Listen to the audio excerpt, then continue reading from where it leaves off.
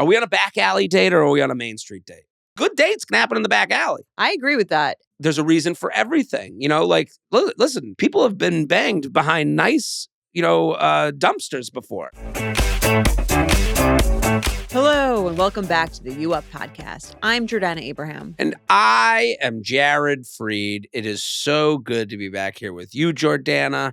How are you? What's going on? How you feeling? Very cold. Cold day here in New York. The whole country's cold. Yes. I mean, like 17 We're all degrees. Together. We're all it's the right. only thing we can agree on as a country. That's right. We're one country, cold as fuck. And 17 degrees in Atlanta. Like that's when I heard that, I go, oh, wow. We're all in this. Yeah. Like even my parents in Boca, they put on their long johns and their big parkas. Yeah. There is this weird like end of days feeling. I don't know. A lot of end of days feelings going on. I mean, that's what this podcast is here for. The end of days. No, we are here to have a fun conversation that is honest about dating and relationships. And if you're out there and you enjoy this show, we want to thank you. If you have a friend that's like, the news is getting to me, here's a podcast that you can put your brain on the shelf. We're here to help you for an hour and a half a day. With that, like, listen, I just want to reference You Up with Benefits. If you're a benefit subscriber, it's $5 a month, and we give you 2 extra podcasts a month. You might be like, Jordana, I listened to you enough. I don't need 2 more. Well, if that's fine. That's okay. I get that. The last episode is so funny. Jordana telling the story about the dog. Did you get messages on that? I got messages. I didn't get any like angry messages. No, if they were angry, they were out of their minds. Yeah, I didn't get any. I did get messages with like unsolicited advice. Oh, and I got and another crazy direction. And some breeders. Oh, okay, good. Yes. So you got some information on where you can get a dog that might be able to. And some people procreate. saying that the story really that in this end of days feeling that it did give them a laugh, and that was really nice to hear. Isn't that the best feeling in the world when like I actually like, especially with so much going on, and it's just like we're heading towards whatever way you go politically. We're just heading towards 4 years of weird. Yes. We're heading towards like 4 years of like, that's a guarantee. Yeah, like you're going to get stories, you're going to go, what happened? So how was your weekend? Let's get into what we're talking about. I mean, we're jumping right in. But we had some of Mike's friends over for like a little housewarming. Oh, yeah. Oh, so is this like the soft opening of the house? It was soft opening. Yeah. Well, we had our like families over during the holiday period, but that was the friends and family. Yes, that was the guinea pig test situation. Okay, you got your feedback, and you started to know how to like work your house, work the angles, what rooms to keep people out of. That's the bathroom. That's not your bathroom. That's the white couch. Yeah, no food, shoes off. Yes. My mom. No one makes people more uncomfortable when they come in their house than my mom. What does she say? Oh, I mean, that's shoes off. She'll sit there and watch you poop in the wrong. She'll make sure you pee instead of poop in a certain toilet. Like there are a lot of rules. You come to my parents' house. Do you know all the rules? Do you break in the rules? Here's the thing. She created a house that she could only get mad about. She has white floors. Everything's white. Okay. So do you spill? Are you a spiller? Well, you can't avoid it. Like on white floors, you see everything. I eat a pretzel. I have to eat a pretzel like.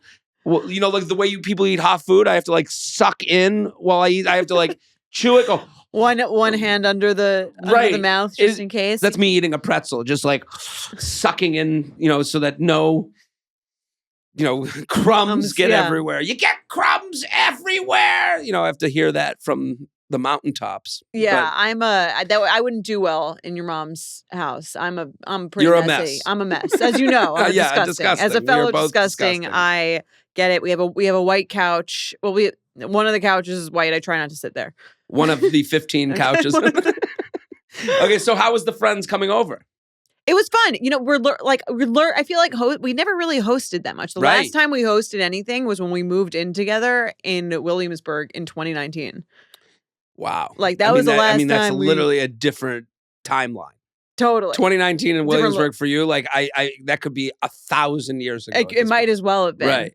So it's funny you like realize how little shit you like. Everyone's like, oh, you're in an apartment also. You're like, I have so much shit. I need to get rid of all this shit. Right. And then when you have people over, you're like, oh, I I forgot we need like a butter dish. Right. Like you're just like, I need all this rent. I need all this shit. That's just how you for, like, accumulate stuff. Yeah. You know, you go, oh, I need the butter dish, and then you can't find it. Now you got 3 butter Now you dish. have another one, right? Or in Yeah. your case, 17 cutting charcuterie boards. Yeah. So it's a work in progress. It is. Hosting is much more difficult than I feel like. It's exhausting. It's to me, it's kind of like, it feels like, you know how they say, like, if you're acting well, or you're doing anything well, you make it look easy. Yes. And it didn't feel like, I felt like we didn't make it look easy. We were like stressed about like getting all Hey guys, sit down. Did anyone go like, that's enough, Jordana. We're good. Everyone's fine. Did they do that? Yeah, a little bit. Yeah. Yeah. Like there was a sense of like a little bit of a frazzlement. What did you serve? We ordered in. Okay. Yes. Okay. I guess that's how Jordana and Mike do hosting. We did apps. Speaking of that, I saw your video last night. I was like, It spoke to me at the exact moment that I needed it. So the video was that these people that are like, these accounts are like, you make a summer body in the winter and it's like 10 degrees out. And you're like, no. We are eating bread on bread on bread. We are having soup out of bread bowls. I'm dipping bread into oil. Yes. I am literally bathing in bread. I'm not doing, a salad this time of year. And, literally, I was thinking that because I was like, I've been eating like shit all weekend, but we should probably eat these leftovers of like all of the pizza and pasta and all that. We gotta get rid of it. Yeah. Or it's going to be, you can't throw it out or anything like that. But and it's truly the only benefit of wearing 15 layers is that no one can see your body because you've been eating like shit all weekend. This is the problem with YouTube. We've made we do our show on YouTube.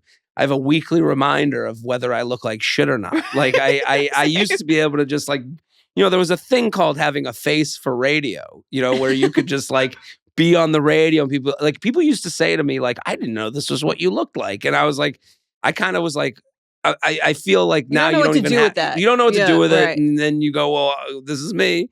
And then, you have to follow, unless they follow that statement with, you're gorgeous. Right. I can only assume. What did you do this weekend? You were here? I did absolutely nothing. I had a very rare no-show weekend, did nothing. Nice. What happened? Just by design? I have a book I'm writing. Oh, yeah. You're still writing that?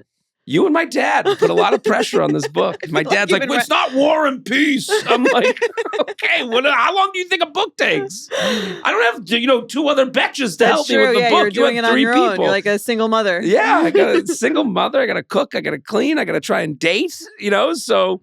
And then you got to write about dating? I got to write. It is a lot.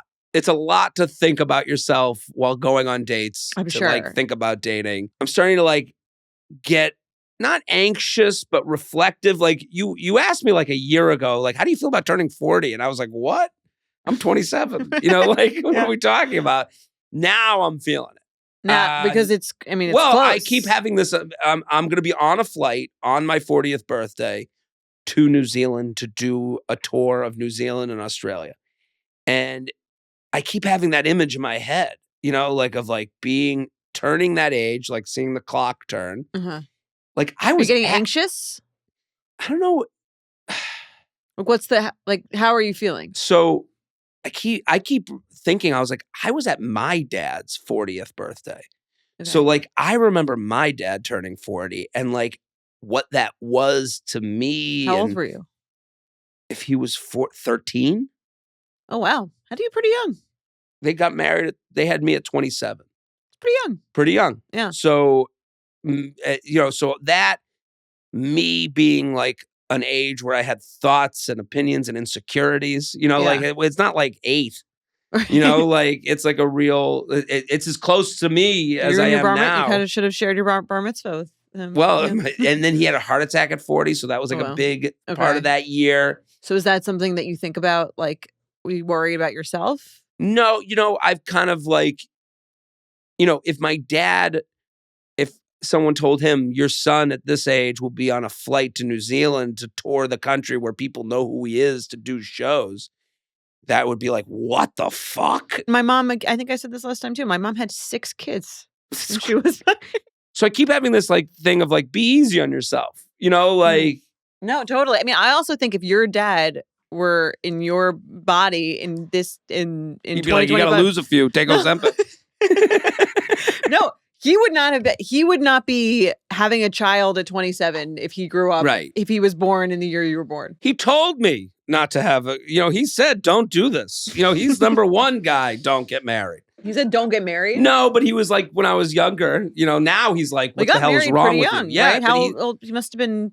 He's 25, I think, 26. That's pretty. I mean, if you saw a guy who got married at 25 right now, you'd be like, different time. Yeah. Be like, what a fucking loser. Like that guy didn't do shit. No, I listen, to each their own, I guess. Yeah. So that's the reflection I've had of like having that moment where I'm like, man, I remember being there at his 40th birthday. And I have to also go, this is not the same. Like when you have that moment of like, I remember being at the birthday, what is the like uncomfortable feeling that you get? Like, I'm behind?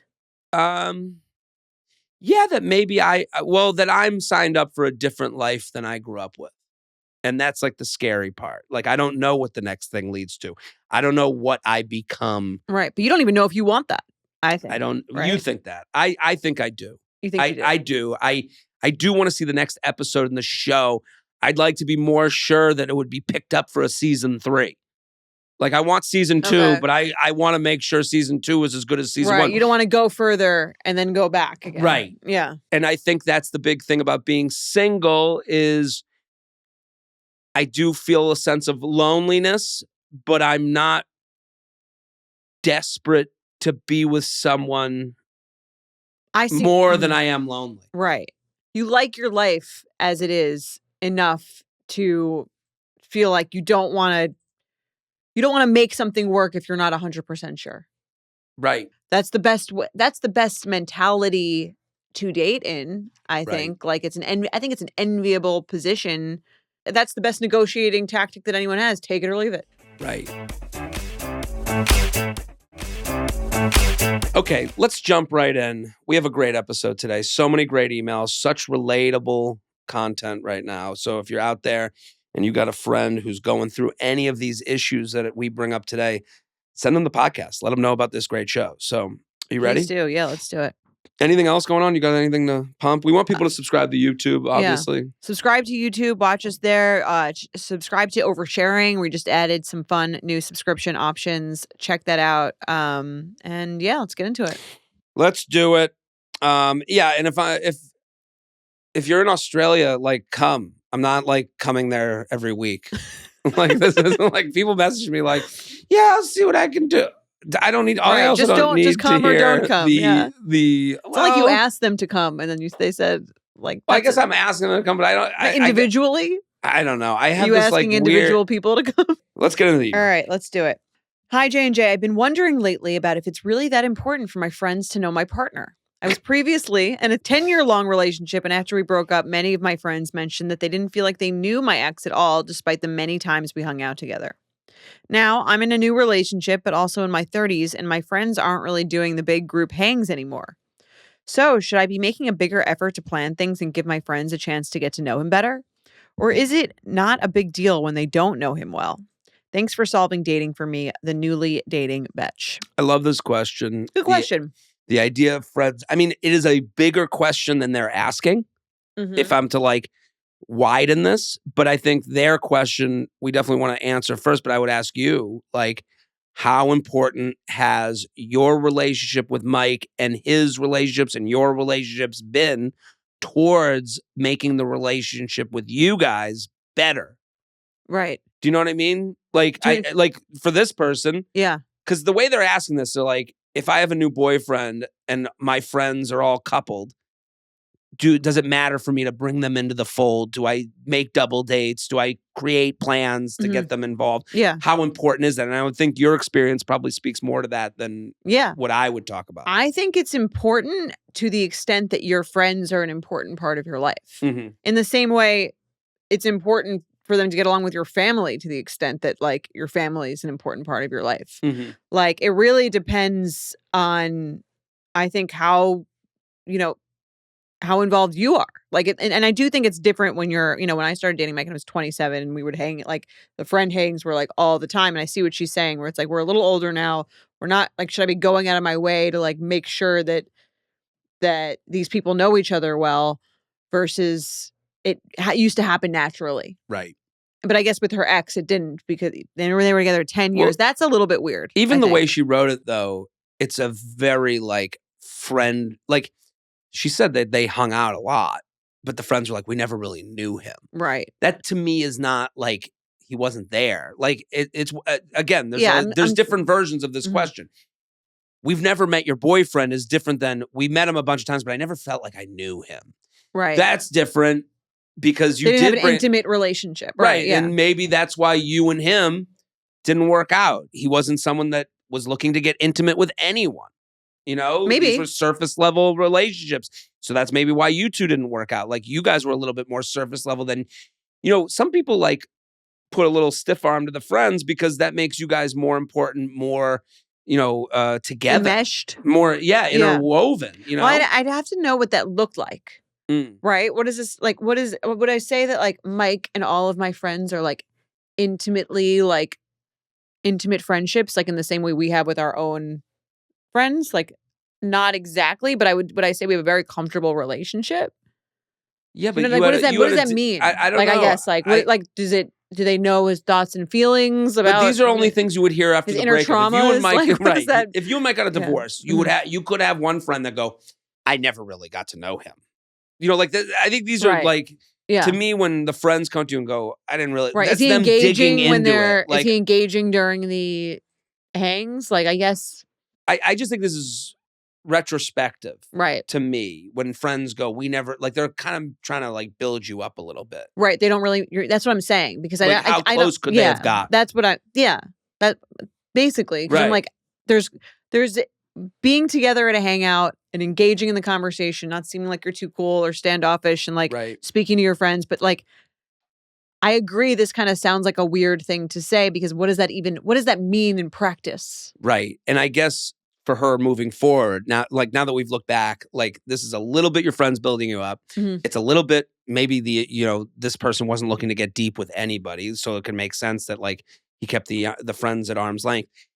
Going into dating, I would say the friends are so important. Again, back to what you said, I agree. As important as they are to you, but let's say you have 3 best friends. Yeah. And they're all coupled. Do you want to spend time with those 3 best friends? Do you want to right? If you want to spend time with your 3 best friends, I would say it's very important to make sure that the dynamic is fun with the guy you're dating at some point. Yeah. If you want to be fun and flirty, seeing you in good company, seeing you at your best around your friends, seeing how they interact, you have these relationships that have been years long. Do they care enough to ask them questions about you and about what's going on? Do they remember them? Right. In your 30s, especially, it is so easy to date in the dark. In your 30s, it is so easy to date in these back alleys and never feel like you're actually dating someone. You hear this from women a lot. Back alleys. What do you mean by were we even dating at all? Did I meet anyone that they knew? You mean? I more mean we were hooking up and dating, but no one knew about it.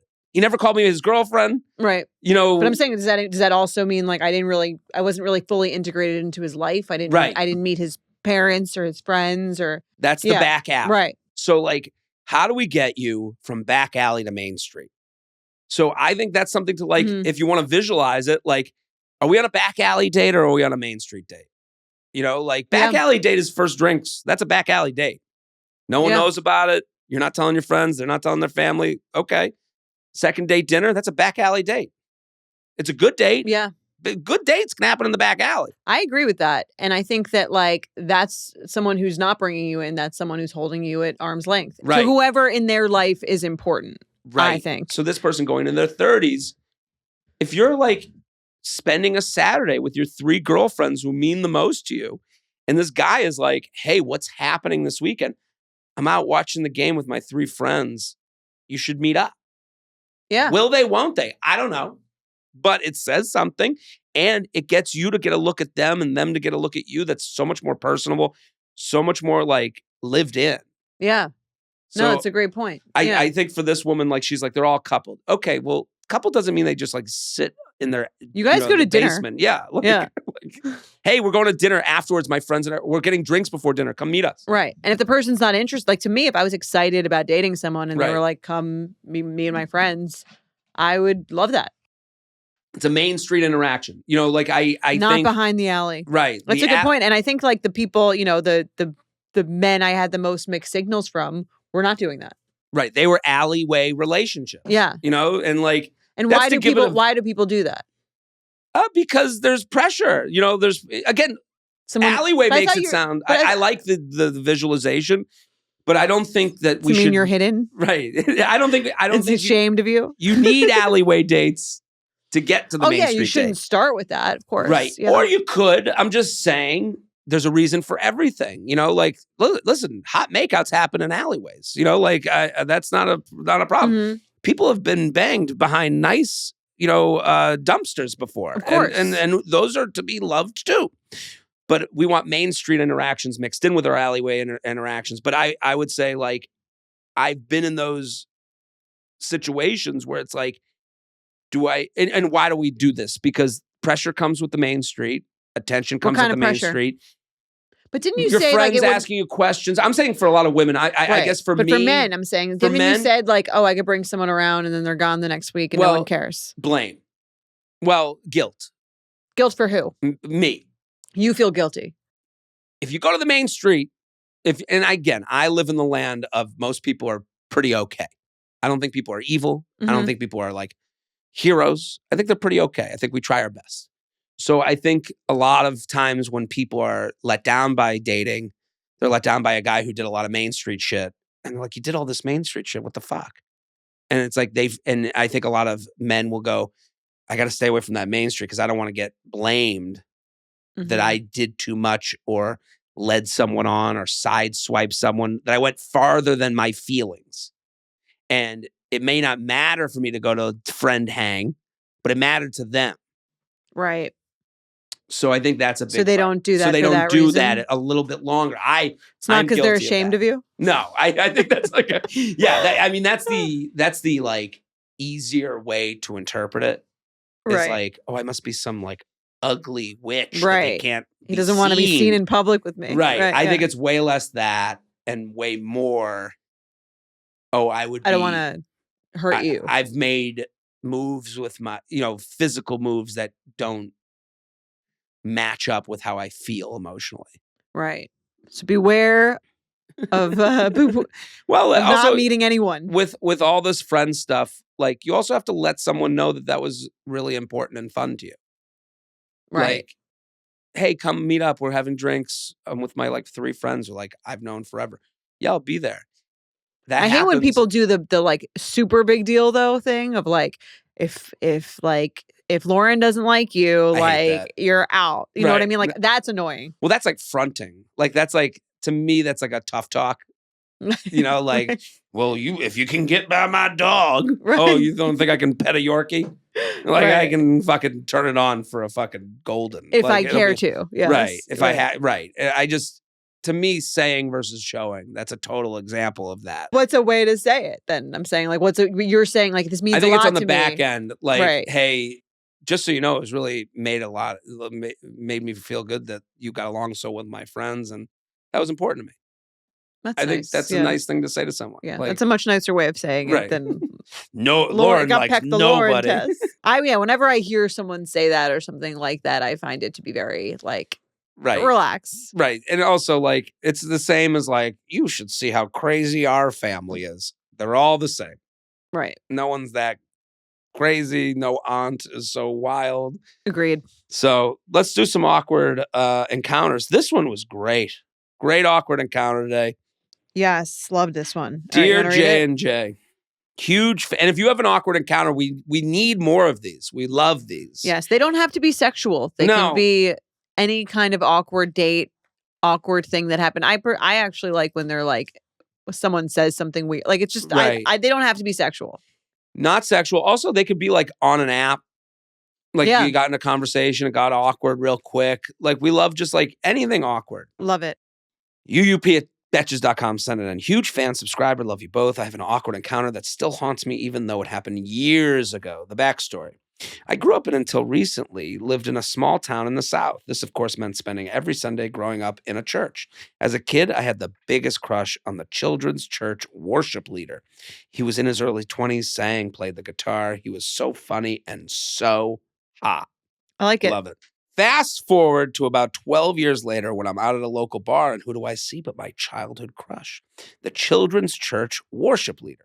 I guess we both fell from grace. He's still a smoke show, however. I couldn't help myself, and I approached him and asked him if he remembered me. He said he did, and we spent the rest of the night together. After the bar, I went back to his house with him, and we had sex. After we were done, I went to the bathroom to clean up when I heard him start strumming his guitar. I'm literally dying inside because my biggest childhood crush is out there playing the guitar just for me. Ooh. I walked out of the bathroom to find him sitting on the edge of the bed playing the guitar buck naked, except for tall white socks.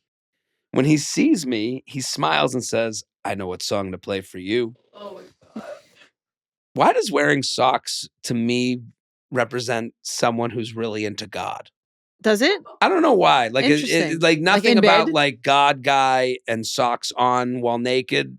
Maybe is it's like feels surprising. like responsible for some reason, I guess. and just feels. I don't know if you're religious, you're more responsible. Maybe Right. Maybe showing your feet is like whorish. He starts playing and sings, Who is the king of the sea? Who is the king of the universe? Who's the king of me? I tell you, Jesus, yes. When he finally stops, he says, wasn't that your favorite song in childhood in children's church? That's a like weird creepy. thing to say. The fact that you said children's church is weird.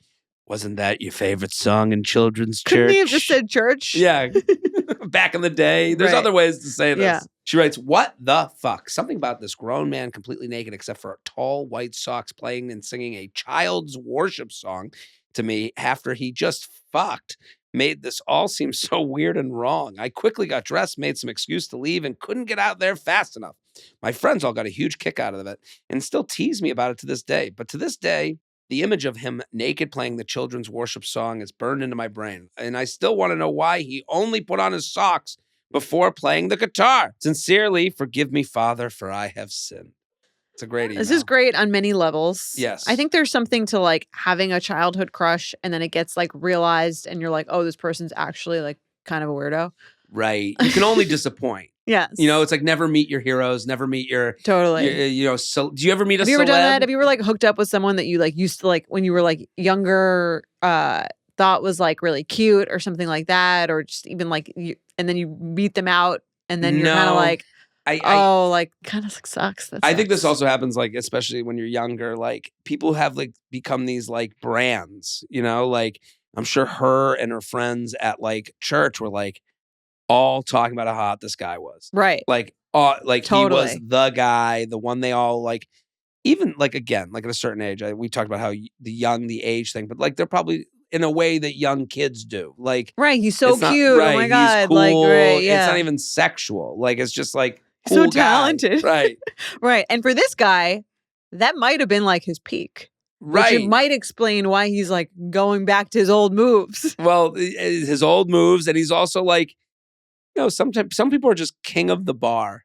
You know, like some people, their aspirations are like, I get paid to like play some music. I got my job. It's great.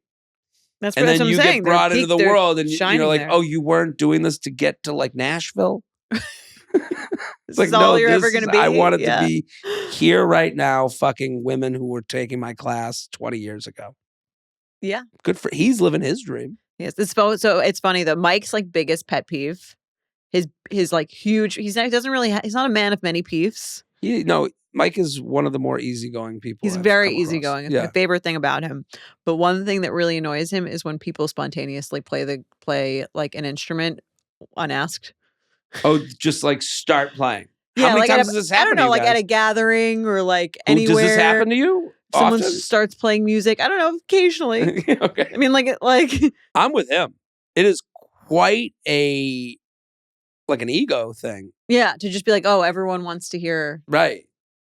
You know, the aux cord thing, like that's become like a meme. That's kind of millennial Mad Libs. You see it a lot on like dating apps. Like, hand me the aux cord. Like, I got the music. And I'm always like, Listen, you better Bold, be yeah. bold. You better be good.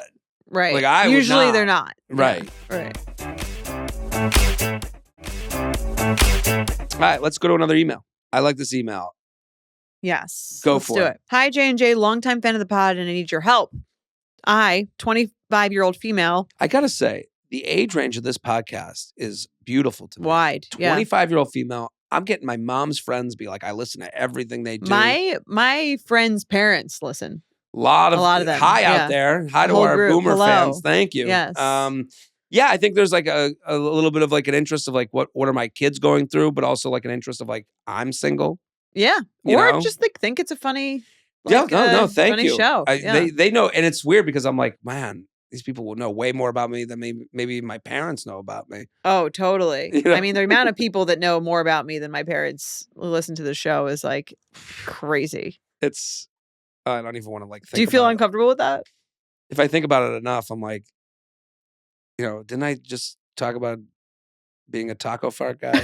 Like the stupidity I've slung out here. Right. No, it is. I just said vagina and tuchus was like the weirdest thing I've eaten. I almost like it. It's like I don't have to explain myself. You should know me. Right. Well, then I'm like, when I meet them in person, like, I just wish I knew what they were. Right. Like, if they were like, hey, vagina and tuchus is the weirdest thing that I've eaten too. I'd be like, I would feel good about that. I would like that. But I don't know. It's you just don't know who, but we put this out there. Like when we tape this, it is as if this ends the minute we leave. I forget everything we've said immediately after we leave this room. Everything, and that's the way to do it. I think that makes a good podcast is two people chit-chatting, talking about your issues. Not trying too hard. So 25-year-old female, moved from a small East Coast city to Seattle just over a year ago. The new city came with some major hiccups, so I didn't prioritize dating, but instead building a routine, community, and my mental health. Good for them. I'm finally feeling ready to get back out there, but having trouble. The apps don't particularly excite me, and most of my friends are queer, so we tend to frequent many queer bars, which is fun, but not necessarily my ideal dating pool. The main place I find people whose energy I like is at the gym. As a woman, if someone were to approach me at the gym, I would probably feel uncomfortable as it can be a vulnerable place, and it does feel weird to think someone has been observing me sweat all over the place. However... Hey, baby girl, been watching you. Doing a great job on those crunches. There you go. However, I am getting to a point where I have developed quite a few gym crushes and just can't figure out how to approach them without sounding like a creep who's been staring at them between sets. How can I approach these men? Do you have any suggestions aside from asking for a spot? I'm not lifting nearly enough to need one of those, and also don't want my crush to be judging my form. LOL. I would definitely not go that route. I'm just putting that out there. Right. Please help me get over this fear. Thanks for all you do. Sweaty in Seattle. Well, thank you for the email. It's a great email. People want to approach people in real life. The gym is like one of the more social, like built-in places in a lot of people's lives to do that. Have you ever been asked someone out at the gym? I'm trying to think if I could hear them over my huffing and puffing. I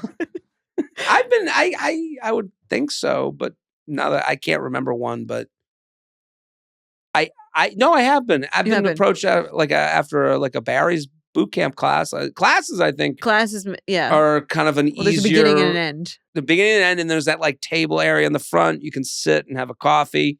Get there a little early, stay a little late. That's a good way to like talk with people that were in the class. That happens to me all the time. I've been going back to Barry's lately. Right. But I think in the before and after, there's a little bit of like a watering hole going on. There's a little bit of a, I get dressed and I look at my phone afterwards. I sit, I have a coffee. Like I have more time than maybe most during this time of day that I go. But let me start with, she writes something very specific without sounding like a creep. No man is creeped out by being approached. Okay. That is you will never creep out a guy unless you act like a creep. Like going up to a guy and just being like, hey, what's up? Nice to meet you. I thought you seem cool. I like your shorts. I like your shoes, whatever. Give a compliment. Yeah, that's great. Go up and say hello. I like your shoes, I think is a good one. Or I like your whatever it is. You're like, well, let me just say, you're going up to them. Right. So like, there's no woman that I'm like, oh my God, she might maul me to death. Like this was the whole bearer a man thing that was going on before, which I totally understood. And anyone who didn't get it was just a piece of shit. Mm-hmm. So when I hear like this email where it's like, you can't creep a guy out unless you can be annoying. We're not in your rom-com. Right. So to me, and especially to take this into other places, if you're not going to do a boot camp class, you said you go to this new gym, the stretching mats is the water cooler.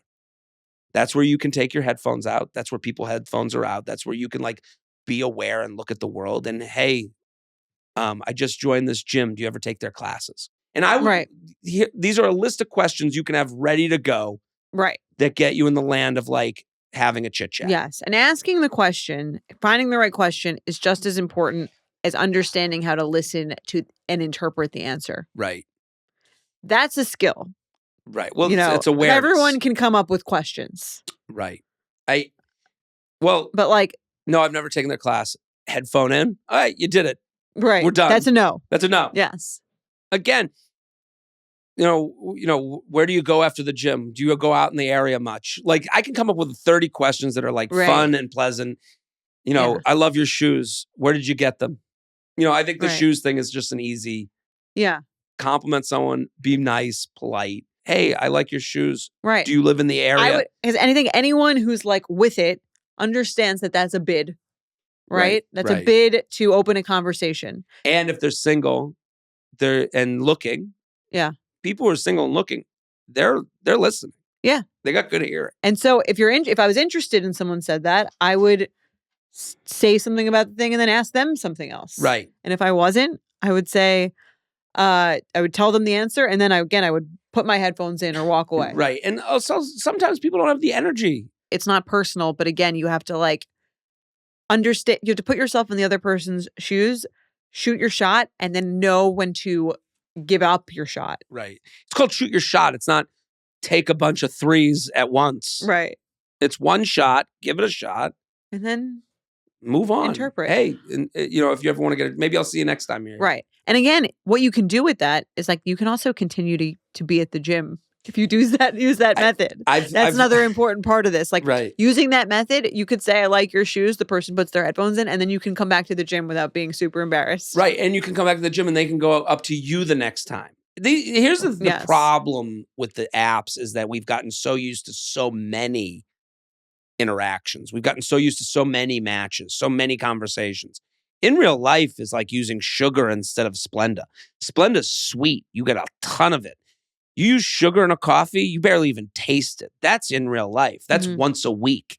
You get one shot a week to go meet someone, and maybe it happens and maybe it doesn't. And that's why people go, well, I got to make it happen now. It might happen the third time you guys talk at the gym. That's the fun of will they, won't they? That's Jim and Pam. All right, let's do some red flag or deal breaker. Yeah, red flag or deal breaker. We love red flag or deal breaker. All right, you want to read our first one? I like this one. Hi, J&J. Feather. Thank you for all the great podcast content over the years. I'm a loyal listener. Have seen Jared perform live, which was hilarious. Just like me. Aren't we both hilarious? I can do an hour routine. I have a red flag or deal breaker for you. I matched with a guy on Bumble. We were both college professors. I'm 32 female. He's 37 male. After chatting a little, I found out what college he works at and naturally looked him up. I stumbled across his page on Rate My Professors. I can't think of like a you never been to that page? No. I have. It was around when I was in college. I think I just missed the cut on really? this it being might a thing you'd look up. When I was there, yeah. I used to read those. They were funny. They were funny. I'm sure. I mean, like, my God. He has a 1.4 out of 5-star rating with many reviews. Most of the reviews say he is chaotic and disorganized. To quote some of them, one of the most disorganized people I've ever met. Procrastinates hard and his students pay for it. His class is a mess. However, the reviews also state he's a nice guy, funny, and passionate about his subject area, which is political science.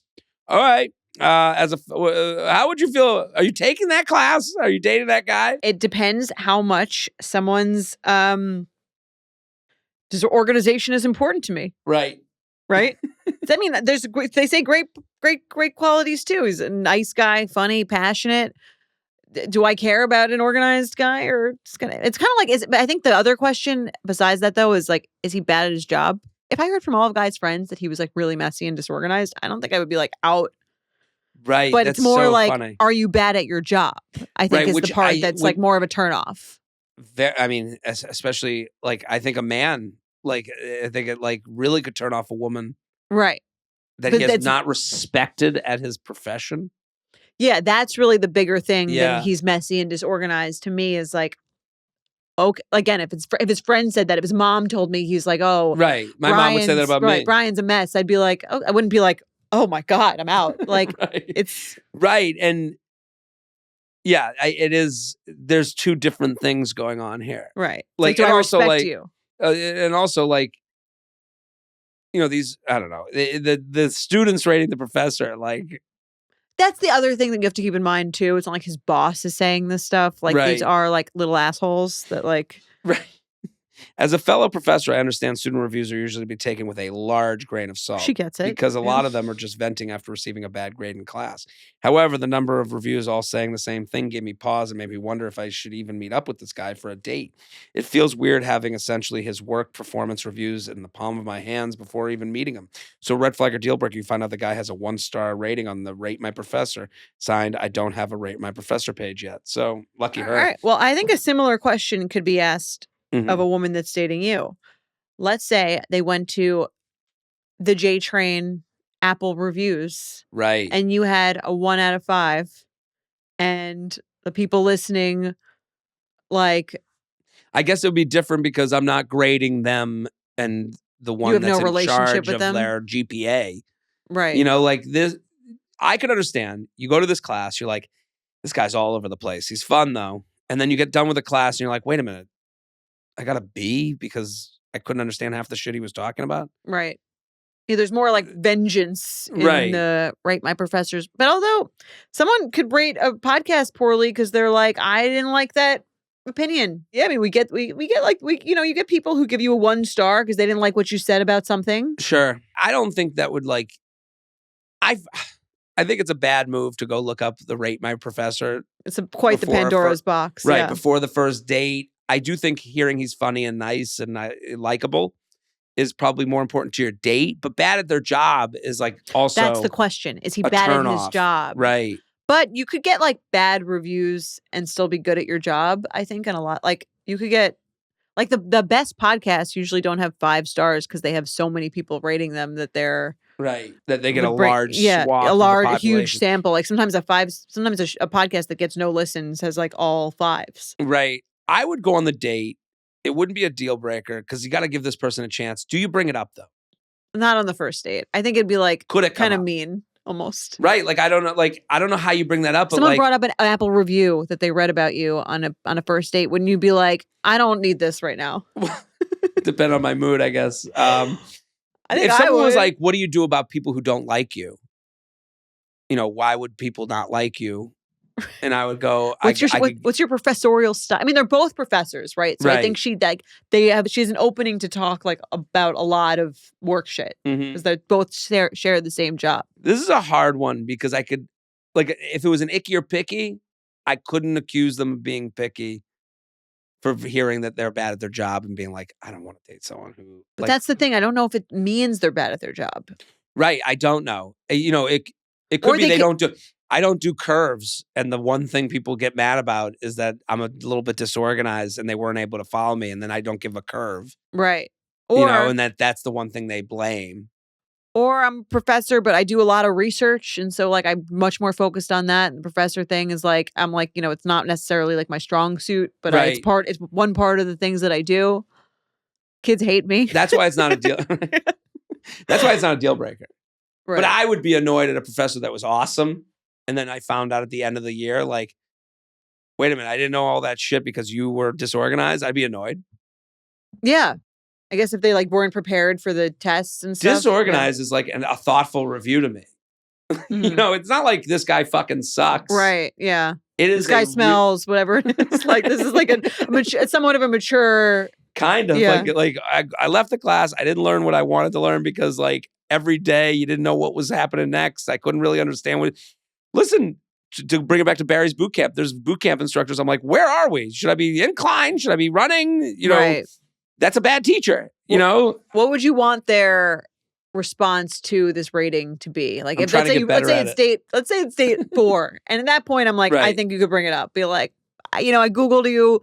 I did see the Rate My Professors thing. Like, what's My up New with Year's that? resolution is to be better organized. I'm trying to hire an assistant. Maybe the TAs are I'm trying to work with them better. I would want some sort of like, I see the reviews. It bothers me. Like if I saw, or like act, these kids are like, that's how the college makes me do it this way. Whatever it is, I would need like to acknowledgement that yes, the class is disorganized, but I'm a political science guy, and man, the world is crazy right now. I don't even know where to start. I don't know. I would need. What would you need? I think something like that. I think the thing that would turn me off would be like, one, like, what's ratemyprofessors.com? They like no idea. I can't even find it. I'm so disorganized. Right. Yeah. I guess the second would be like, these kids are like monsters. They don't like, or like if he like turned it around on them, maybe. Right. No ownership. I don't know. It's not a deal breaker for me. What if he's like, I am messy, and like that's just kind of like part of like the thing. Like I'm passionate, I'm good, but like it is hard for me to be organized, and I've kind of just accepted that about myself. Don't you think? Do you know where my glasses are? Sorry. I just have like such an image of this guy looking like Bill Nye the Science Guy with like a tweed jacket on, like and he's frazzled, just everywhere. Yeah. He's like Kramer. Maybe he's disorganized genius. Who knows? Right. It's not a deal breaker. There's no part of this that makes me go, I would not date the person, but acknowledgement of it.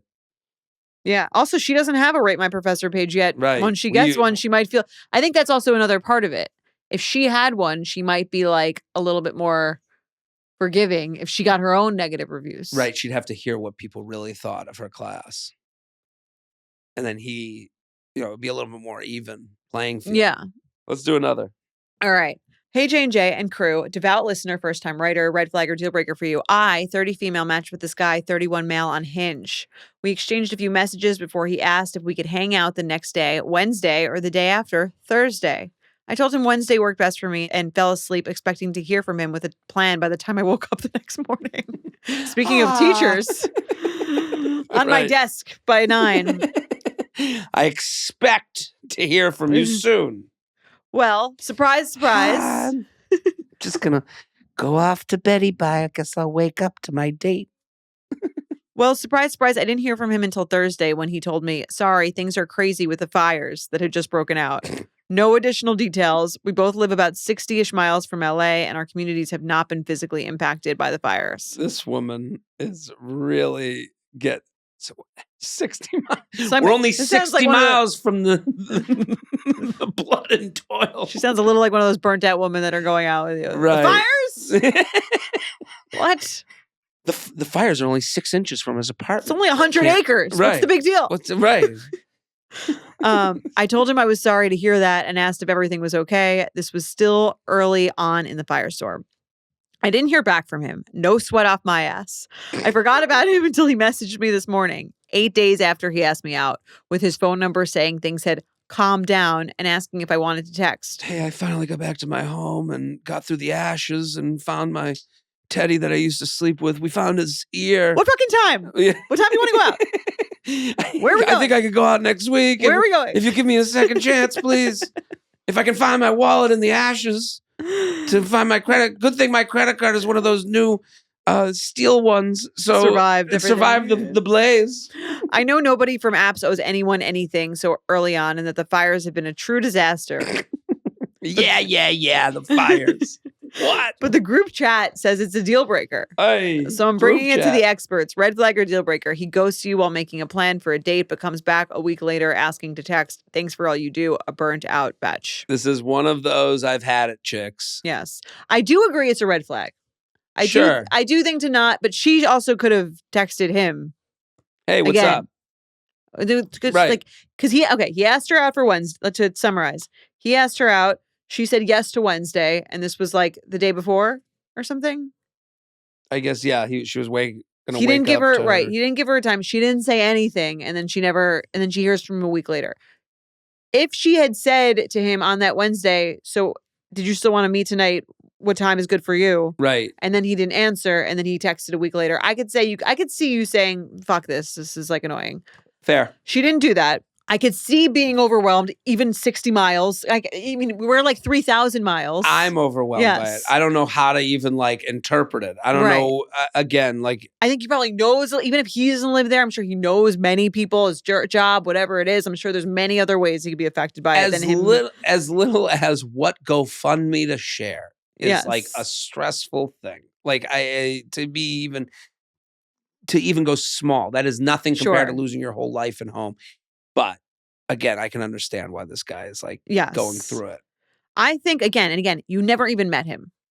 So if this was the only, it would be on my radar that he didn't say anything. It's on the resume.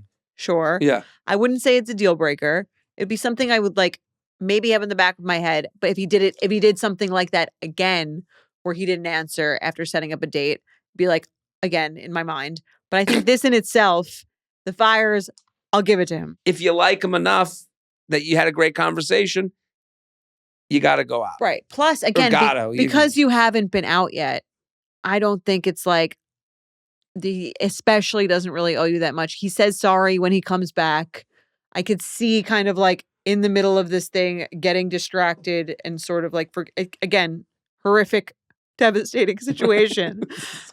I think we can give everyone a little more slack. Right. Listen, if the next thing is what is, hey, the fires, yeah. The fire. If it goes from the fires to like, hey, sorry, things have been crazy with like sweeps week.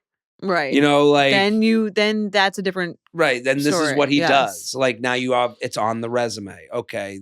It's funny. Like again, she didn't follow up. She's trying to get ahead of something. She's trying to get to like, this is like trying to get to season 2 of the show you're trying to binge. Like, is it worth watching this whole thing? Does it end well? Does this season of Love is Blind good? Right. I didn't like this scene. Should I just call the whole thing? Right. And like she's using this to represent the type of person he is in the future. You can't do that. Yet. But the fires are like that's one of those that like everyone gets one fire excuse. Right. Like it's like COVID. Yeah. The day that everything's logging, I think you could say, all right, sorry, I was distracted. It can happen. Yes. Can it happen many times? Then we're seeing a pattern. All right, let's do one more. All right. UUP@betches.com. Red flag or deal breaker. J&J, love you guys, all you do. Writing in behalf of my newly single brother. I've sent him a few episodes and hope to make him a fan too. He's 33, diving into dating apps after his 8-year relationship ended earlier this year. Perfect candidate for the show. I mean, this guy should be a listener. He recently matched with a girl and they had a good enough first date that they decided to go on a second one. When they were planning the second date, he suggested a cute brewery wine bar. It's small and cozy, overlooks the canal. We can tell what side she's on right away. And serves some small bites, including charcuterie and oysters. Not a dumpy spot by any means. I've attached their text exchange. She felt the bar wasn't her style and lacked romance. My brother proposed some other spots and went on the second date, but filed it as a red flag because he felt it was a little picky for a second date. Ultimately, the second date was their last. She went on a 3-week vacation and he used that opportunity to fade out. So, is this a good example of having standards, or is this a red flag or deal breaker? Thanks again for the advice and laughs. My brother's a catch bitch. Okay. So, she has chosen a side. I think so. Should we read the exchange? Yeah, I love this. Because I read this and I was like, I'd like to see the exchange. Okay. Because this could be. It could go either way. Yes. Okay. Go for it. By the way, in a free moment, I checked out from curiosity the place. And to be honest, it's not really my style, at least what I see in the photos. Would you mind going somewhere else? I don't know if you like places like blank or blank. And then she does a smiley face. Sure, that's no problem. Is there anything in particular you didn't like? Just that I can recommend a place that fits your style better next time. Sweating, laughing emoji. Haha, no problem. The place felt to me more like a place for casual coffee in the afternoon. I missed the romance a bit. Smiley face. Gotcha. Smiley face. I know a nice wine bar we could go to, a bit more romantic. Oh, I know a very nice cocktail bar also near this other place. Sure, both sound good. What do you think? I think that's a perfectly reasonable text. I actually feel like it would be a green flag. I think it's a green flag too. I didn't think I would. That's what when she described it, I was like, she made her sound like she was being kind of like a picky bitch. Right. But the sister took the brother's side. Yes. Which I appreciate from the sister. Sure. Yes. Here's the difference to me. She offered 2 places that she'd like to go. And she did it with a smiley face. Right. Both times. She understood this is like not what I'm looking for. I'm looking to get to know you in this way. Mm-hmm. This And is exactly what we would suggest someone do. Right. I'm with you. Green flag. And it, again, a little bit of a pain in the ass. Sure. Like, that's okay. Maybe you can't handle that. Right. I don't and again, this is the difference between the story I just told, the idea of being bold versus being polite and bold. Like, she was polite. Very polite.